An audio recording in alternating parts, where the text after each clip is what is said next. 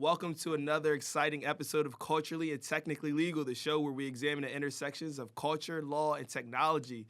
Today, I have a surprise. I have a very special co host with me today who will be helping me with this interview. So, before further ado, before we go on to the interview, let me briefly introduce Miss Gabrielle. Hi everyone, my name is Gabrielle Pinkney. I'm a senior music industry major here at Syracuse University, and I'm so excited to be on your podcast today, Josh, and thank you so much for inviting me. Definitely looking forward to having you today. You obviously know a lot about the music industry, the music business, so it was a perfect fit. But to jump into what we all came here for and listen to, Miss Shardé Simpson.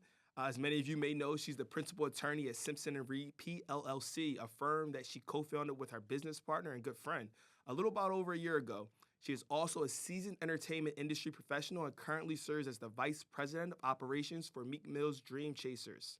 With her immense expertise in negotiating, drafting, and analyzing relevant industry contracts and other documentation, including management, publishing, and record label agreements, Ms. Simpson has carved a niche for herself in the industry. Her proficiency extends to sample clearances, copyright registration, master use licenses, employment agreements, and her proven ability demonstrates her true professionalism to handle confidential matters in the utmost sensitivity. So, without further ado, I'm very excited, super happy to have her. You can see my smile probably pouring through the camera as we speak right now. But I'd like to give a very warm welcome to Miss Shardé Simpson. How are you today?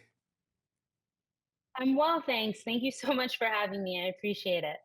I'm excited Yes, to be we're here. super excited to have you. I've been following your journey for a while and just very impressed. And I would say you're definitely a role model to many people who look in these industries from entertainment, and everything that falls in the entertainment umbrella. And just following footsteps and really having a person out there that reflects what you're about. And before we go any further and jump into things, I talked a little bit about your background in the introduction, and how I look up to you and other people in similar situations that me does. Could you give us a little bit more about that background story, right? Coming into the industry, right? Initially, I think one of your first internships was in the marketing department at Island Def Jam, and that's kind of where you figured out that you wanted to be a lawyer. And then that changed, dramatically, and you've worked at in Rock Nation spaces, and you've built relationships with some of Jay Z's best business partners, from Ty Ty to Mr. J Brown. Could you talk a little bit about how these various experiences have contributed to your current role and your steps to success? Yeah, absolutely. So I'm really impressed that you've been following my background and know my history. So yes, I definitely did start out at Island Def Jam. I started out as an intern, and then ended up having my first gig or my first job was with Rock Nation. But I would say that my experiences were unique in the sense that I sort of started from the ground up, and um, I started out as an intern first, and then my first paid job was an assistant, executive assistant.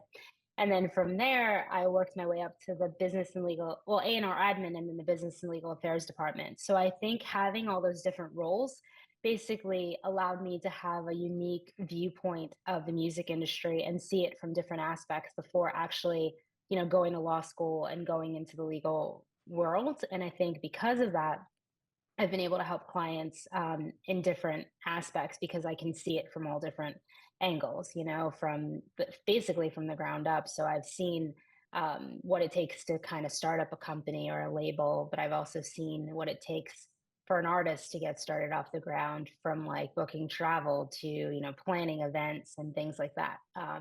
And then I also see it from the business side, so the legal side of things too. So I think that the way I started was not probably the traditional trajectory of an attorney, but I'm very grateful for it because it's definitely helped me have a broader perspective and understanding of the entertainment industry overall. Well, no, I think that's amazing because you talk about that non-traditional path, right? That non-linear, I should say, starting Yeah. point, and even throughout your journey, and just having that versatility to be able to adapt to the ever-changing climate, and you see that within some of the people that you represent, from Meek Mill to Vice Mensa, and I mean Vic Mensa, I'm sorry, and prior to this, Gabrielle and I was talking a little bit about some of your more recent accomplishments, and Gabrielle, she's really interested, so I'll let her kind of ask you questions around that. But just seeing that versatility, as Gabrielle would even agree, and kind of how that's poured into some of the accomplishments. Yes, absolutely. So, my question for you is, this year you and your partner made the list of Billboard's top music lawyers of 2024. First, congratulations. That's an amazing achievement. Thank you. Thank you so much. We're really So, excited about it. It was unexpected but crazy. yes, yes. So, you advise a wide range of clients from Meek Mill to Vic Mensa to Jimmy Allen. So, can you talk a little bit more about this recent achievement and recognition and unpack what it means for you to help these artists build their empires? And how do you do that from a legal standpoint? So it means the world to us, just overall. My business partner is Ciara Reed, so she's the Reed of Simpson Reed. But it definitely means the world to us to be able to help them because a lot of these artists come from backgrounds similar to my own. So I'm from Brooklyn, New York, from Coney Island, actually. And, sometimes the representation in our field is not reflective of the artists that are in the field, right? So, um, it's really important for me to set an example, and I mean just being a black female, but my business partner is a female as well, and coming from environments where maybe socioeconomically we weren't high on the totem pole. So I think that we are able to resonate with these artists in maybe a different way, and some of them, not to say that all of them come from the same socioeconomic background, but some of them do. And I think that it's been an honor and a privilege to be able to represent them. And we don't just represent artists and producers and songwriters, but we represent companies as well. And I think to go back to what I was saying about how I got started in the entertainment industry, having the background of understanding what it's like to be an assistant or what it's like to work in the A&R admin department helps me to understand what it's like to set up a company as well. So in addition, we run a point as general counsel for some record labels as well, and we help them to get their labels off the ground. And I think like I said, it's an honor for us, and I'm just really thrilled and happy that Billboard would acknowledge us and acknowledge us. It was a surprise, but we are still, basking in it, and we are so grateful for it. So, thank you for that, for asking. Absolutely. Yeah, no, that's amazing, and I also want to extend my congratulations for that because when I saw, it, I was like, wow, that's huge, that's big. Like I said, you started Thank the you. company a little over a year ago, and now you see those strides happen. But I think one thing that you always talk about is the importance of putting the work in, and the importance of just understanding the climate of your particular industry, your field, or whatever it is that you're doing. With that being said, as you and I both know, technology is becoming even bigger in the entertainment landscape, all industries, right? Particularly, I think since Mhm. last year, we've heard a great deal about generative AI, right? That's been the biggest conversation, I think, coming out of 2023, and now we're in 2024. We've even seen it affect culture to a degree.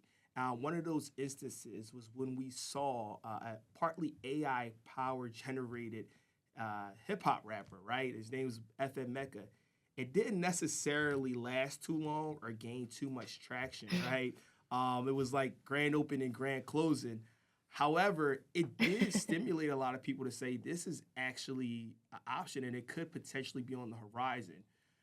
From your close counterparts, peers, other executives within this industry, are you seeing a potential rise of something like this where we'll see AI power generated artists across the board, not just the hip hop genre? Or was this more of a one and done thing? Or have people come to you and say, hey, I want you to represent the next AI generated rapper that's going to come out at the end of 2025? Like, what's the word on stuff like that happening? So we haven't, or I can say I have to ask Ciara about her if she's been approached, but I personally haven't been approached about representing an AI directly. But what I can say is that I think we're seeing a shift in culture. I think we're seeing a shift in technology, and obviously the landscape of the entertainment industry. And obviously it's powered by AI. And I think that all attorneys are going to have to learn to adapt. It's like the same thing with NFTs, similar thing, where we just have to figure out how to adjust to this changing landscape. But I do think that maybe the AI artist thing may not. I don't know. I don't know that it will be something that's commonplace. But what I will say is I think that using AI for technology and songs is sort of becoming commonplace in the sense that you see a lot of these companies, these AI companies popping up now, where they are trying to create AI to create songs that maybe sample clearances weren't granted for on the master side, and so that they can get permission now where maybe they weren't able to get permission from record labels. So I think that's going to be an interesting space to be in, and I think figuring out how to navigate amongst labels, because labels are our friends, but artists are our friends as well. So we need to all figure out how to equally exist in this ecosystem and figure out um, how we'll navigate. But I do think that I think AI is not going away. I just don't know if it'll be AI artists or more companies coming up that are taking um, material from labels or artists or creatives. So I think it'll be interesting to see.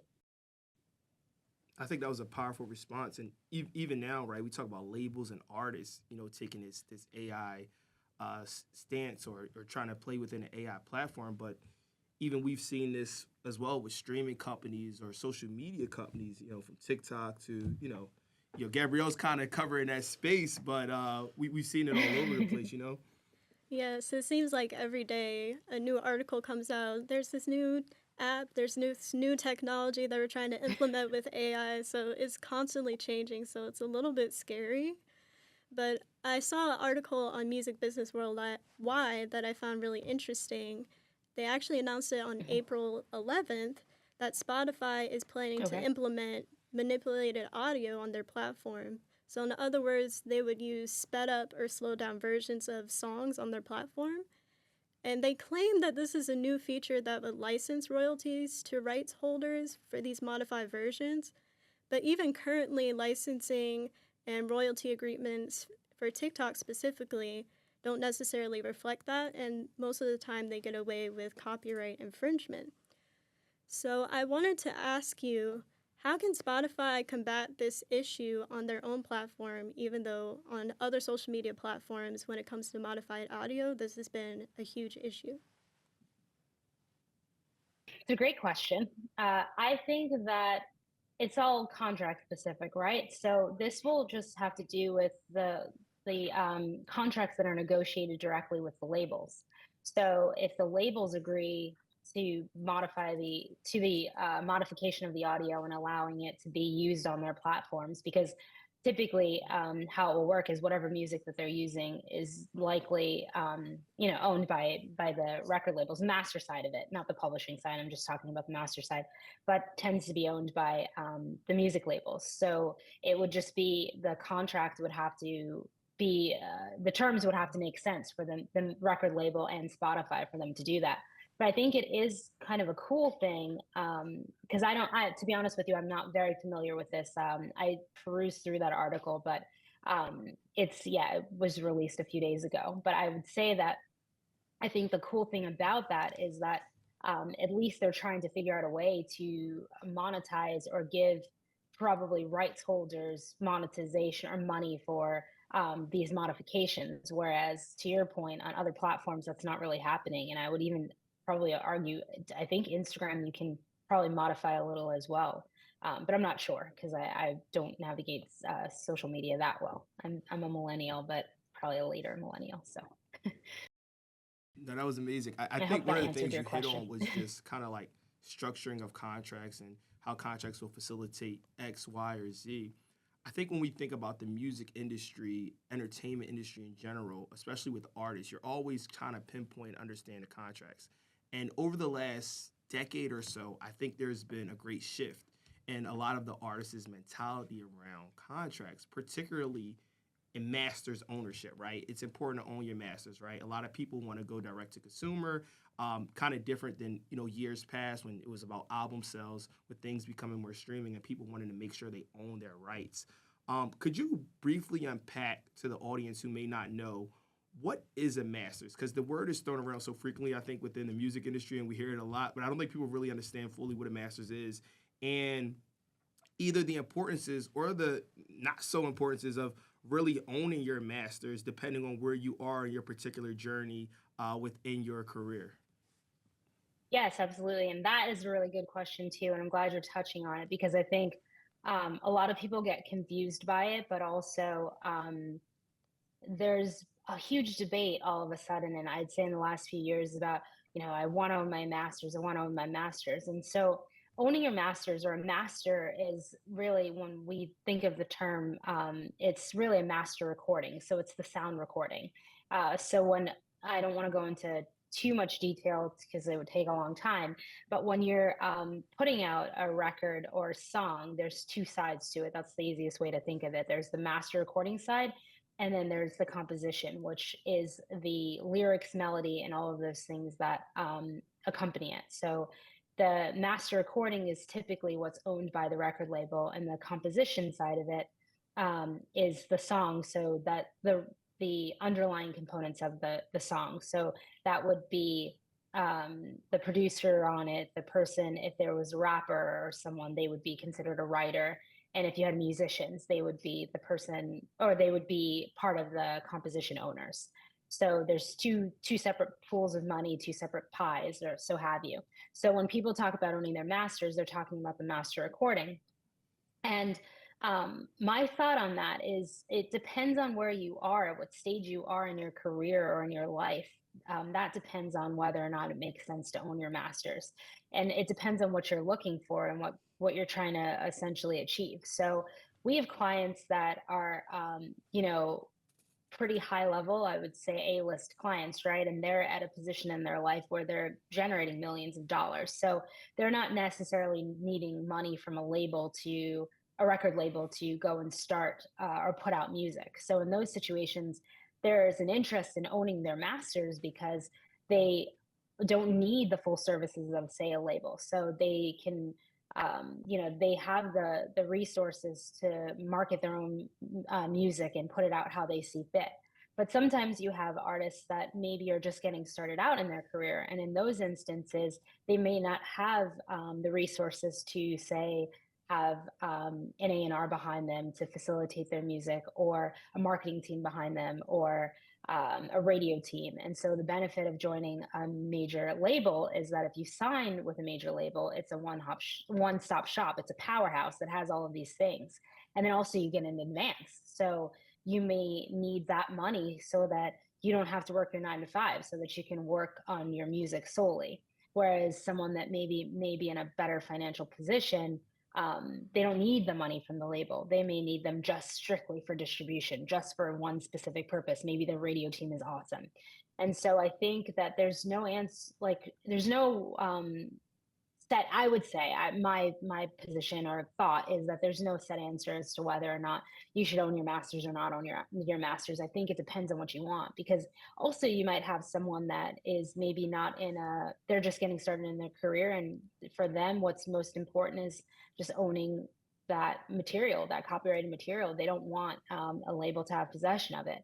But and at the sacrifice of that, they may not want to sign to a major, but they would have to be responsible for doing all of the other things like marketing and radio promotion and A&R services and things like that.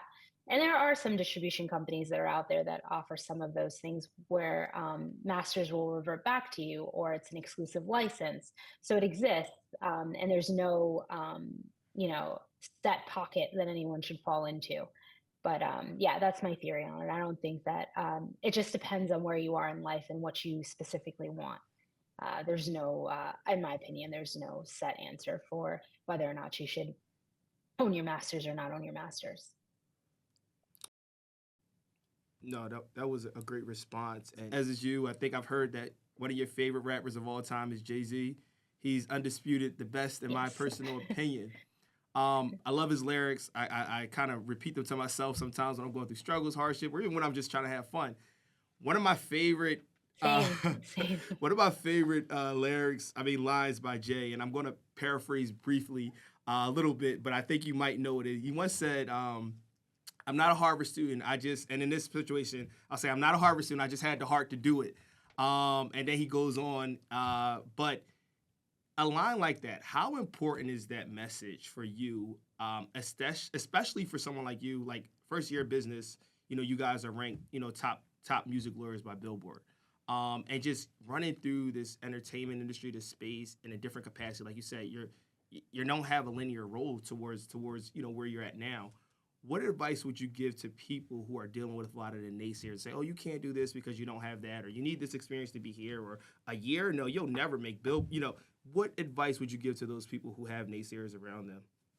Ignore them, get them out of your life, remove that. I'm big on family. I'm very close with my family, and everyone in my family supports everything I do, even if it sounds crazy. And I feel like that's what you need in your life. Like, it's people always try to tell you, what to do, and especially in situations where they tell you how to do it, but they never did it. That's a Jay line, like lots of people do that. And I think sometimes people put their own insecurities on you. And I think that the best thing you can do is try to block it out and have tunnel vision as much as you can, and believe in yourself. And that's really hard. It's so easy to say, oh, just believe in yourself. And sometimes, like, I've had days where I'm like, I don't know how this is going to happen, or how I'm going to make this work, or if I will actually be successful. But I keep chunking at it, or chipping at it rather.